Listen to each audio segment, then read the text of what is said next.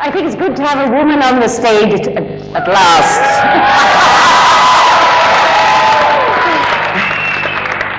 And I think women engineers are terrific.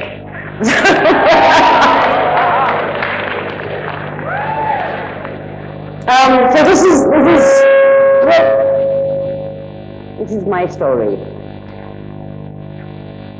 What do I do? Yeah. So, tigers have been my lifelong passion. They inspire me in practically everything I do in life. So really, my story is about tigers. Oh, I haven't got the hang of this yet. I was brought up in Kolkata, the most wonderful childhood, the most wonderful, warm, bustling city you can ever imagine. And I'm older than most of you, so I remember the war with China in 1962, the millions of refugees coming into Calcutta 10 years later. We didn't have televisions, we didn't have mobile phones, we didn't have computers, and so on. So it was very easy in those days to have a passion, to focus on it, and to go out firsthand and find out a bit about it. More than anything, I remember a house full of animals. At one time or other, we had a tiger, a lion, a leopard, and lots of these so-called rescued animals from the animal market. And I am absolutely blessed and fortunate in that I knew, by the time I was 14 years old, exactly what I wanted to do with my life. And that was to work with wildlife. And so I announced to my parents, who were a little bit horrified because it wasn't a career, that I was going to be a wildlife photographer. And I was heavily influenced anyway by my mother, who was deeply involved in conservation. She's one of the founders of WWF India, and she was on Prime Minister Indira Gandhi's Tiger Task Force. Whoops. And so at quite a young age, I started traveling around India. And it really wasn't easy in those days. The roads were absolutely dreadful. It was terribly uncomfortable. And I often found myself, there were no hotels. So you would have to go and stay in a forest bungalow. Often it was empty, and I wouldn't have supplies. And I kept turning up on the doorsteps of forest officers who nearly died of surprise when I appeared. But I had a very, very wonderful and exciting time. And then came the golden years. 1972, when the Wildlife Protection Act was introduced, and Project Tiger, which was launched in 1973. And it just coincided with my age and time and interest and so on. And a year later, in 1974, I was employed by National Geographic magazine at the age of 20, and at the time the only woman photographer. But it wasn't because I was a genius, I promise you.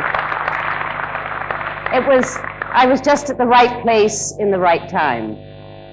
And, oh, sorry. And thereafter, I went from still photography to making wildlife films, and I was very blessed to spend 2.5 years making a film for National Geographic called Land of the Tiger, which was the first big intimate film on tigers. And those were the happiest days of my life before I got involved in this. This was my first experience of large-scale wildlife trade.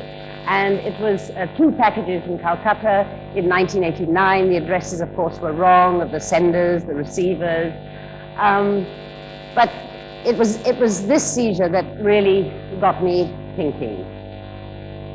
And it really, when I was faced with it absolutely in my face, it didn't take me a split second to make the decision to put away my cameras and become a wildlife activist and a conservationist full-time. This is my first seizure. I was living in Madhya Pradesh, and I went to a PCO booth. And when I'd finished, I spoke in English, and I put the phone down, and I was about to walk away when the PCO booth owner just leant across and very casually said to me, would you like any tiger skins? I have 4 tiger skins. And I don't know what made me do this, but I just looked at him, I smiled, and I said, I don't want any skins, but I know who does. And then I drove on another hour to a place called Balaghat, and from there I phoned somebody in Delhi and said, you better come quick, there's a guy offering tiger skins. And this was about a week later, and the guy was behind bars, and that's how I started my career in trying to stop wildlife criminals. And later that year, and these are quite important because people forget, in history, people forget how these things become exposed. We really knew nothing about tiger trade, or why tigers were being killed at that stage, because for many, many years, the golden years, tigers were not being poached. And what was this new desire for tiger bones and tiger skins? We weren't sure at that stage. And in 1994, for 9 weeks, I traveled through 13 districts in central India, mostly Madhya Pradesh. And I couldn't believe it. I was offered 39 dead tigers. And nobody even knew that this problem was there. And I wrote a report that horrified not only the government, but conservationists. And it was a time when we could have stopped, or at least stopped the biggest players pretty easily. But unfortunately, nothing was done. And later that year, I started this organization, the Wildlife Protection Society of India, to focus on this issue, and specifically to support the enforcement authorities in trying to curb wildlife crime and the illegal wildlife trade. So, for the past 18 years, we have pioneered investigations into this subject. And in order to be successful at enforcement, you have to know your subject well. So I was lucky. I knew about tigers, I knew languages, I looked, different. So I was able to, in those days, do stings mostly with the police, sometimes with forest department. And there are lots of stories I could tell, but I was shot at, I was stabbed, I was all those things. But that's not really what matters. What matters is how this crime has become so big. And one of the things we try to do is to document every known tiger death. And I hate to say, but since 1994, we have investigated the deaths of 966 tiger poaching cases. This is not just mortality, this is actual poaching cases. So you have to think about these figures because it's one of the indicators of how big this is. And poaching really is the single biggest threat to wild tigers. The habitat encroachment, conflict, and so on are major issues, but poachers can just wipe out entire populations, as they did in Sariska in 2004, in Panna in 2009. Now, quickly I'll tell you, how do poachers kill tigers? Steel trap. And these are laid on animal parts. Electrocution, very simple, very cheap. Also used on animal traps. Tigers are very susceptible to this. Poison, they pay money to local people to tell them about kills, and guns. And there are largely two communities who are nomadic, very, very efficient. They understand tiger behavior, tiger anatomy, better than anyone I know, and it's largely the poaching is done by these communities. They have a toolkit, small toolkit that fits in a little bag, like a sort of doctor's bag. And when they get into the jungle, they add the bamboos and so on that make these kits so efficient. And then there are some known masterminds. These are people who take no risks. They just support, finance the poachers. They stockpile, they make phone calls to wherever they need to make phone calls. Two of the biggest ones that we know of, this is Sansar Chand and Shabir Hassan Qureshi, have been convicted, so we can call them criminals, and both of them are still in jail. This one might be bigger than Sansar Chand. He's admitted to trading in 600 tiger skins, which is really a phenomenal number. And then they deal with people like this. This is a guy who's unfortunately still at large. He's based in Kathmandu, and he's probably the biggest buyer still.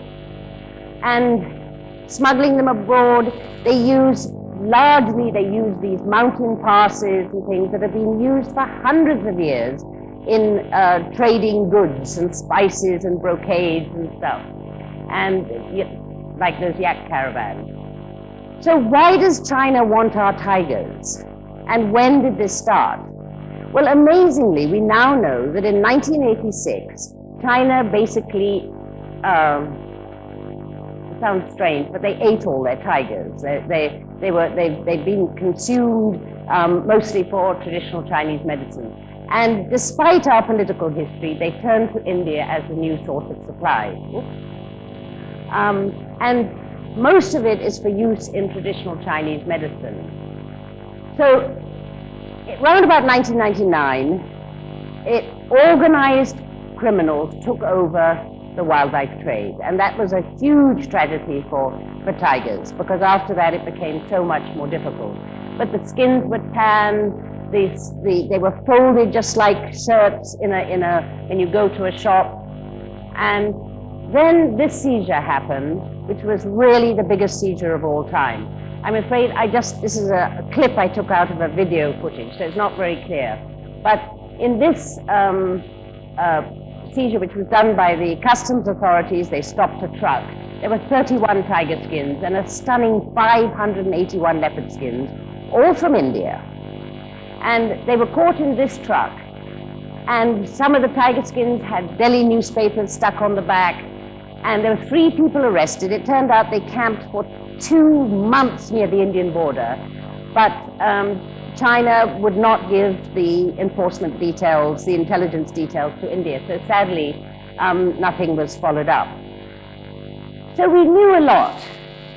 But why was this sudden demand for skins? We knew some skins were going through and there was a huge demand for tiger bones, but why suddenly this demand for skins? So I decided to go to Tibet.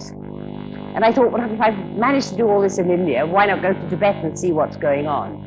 And this was the most heartbreaking thing I've ever done. When we got to Tibet, we found Tibetans wearing fresh tiger skins from India for ceremonial purposes. It was a fashion item. And they could have been wearing Rolex watches, but for some reason, as a byproduct of the bone trade, suddenly they were wearing tiger skins. And I found tiger skins for sale on the street. These are banned items in China, but there was no enforcement. And in Lhasa, the traders who were offering and selling tiger skins, all of them happily, smiling away, said, yes, yes, yes, they've just come from India. So leopards didn't fare any better, and there were piles of fresh leopard skins. And then this was the straw that broke the camel's back. A tent, which was made of 103 tiger skins, which had just been repaired by the Chinese authorities. Now, all of this, you have to remember that it's actually illegal in China. And it was so, so heartbreaking. We did a report for the Chinese government, we did a report for the Indian government, and nothing happened. So it sort of happened in a strange way. But anyway, we showed the photographs to His Holiness the Dalai Lama, and he just couldn't believe it. And he started speaking out. And once he started speaking out, an extraordinary thing happened. They started burning the skins throughout Tibet. Sorry, I'm still no good at this. And it was, I mean, I'm interested in politics as well, but this was the first public display of following a dictate, I suppose, from the Dalai Lama ever. I mean, since Tibet became part of China. So the Chinese weren't very thrilled about this, but it was amazing. But the killings continued. This was a very, very interesting seizure we did in Allahabad. 16 people arrested, poachers, couriers, buyers. This is a more recent seizure in Chandrapur with 6 poachers. So this information, I've been to China now, I think 4 times. EIA, who we partner with, which is a UK-based NGO, they send teams every single year. We do these incredibly detailed reports by doing undercover work, getting photographs, mobile numbers, addresses, and so on of these people who are trading illegally in tiger skins. And all this information is handed over to the Chinese government. But nothing happens. No action is taken.